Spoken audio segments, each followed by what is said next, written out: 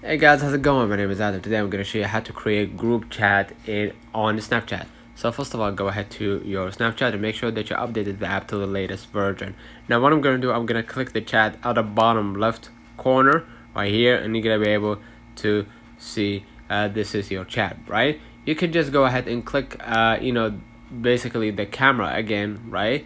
To make, or sorry, you can just go ahead and click that blue button right here at the bottom right corner, basically initiate a new message or new group by clicking new group, and then add the people that you want in that group, and you can name that group whatever it might be, right?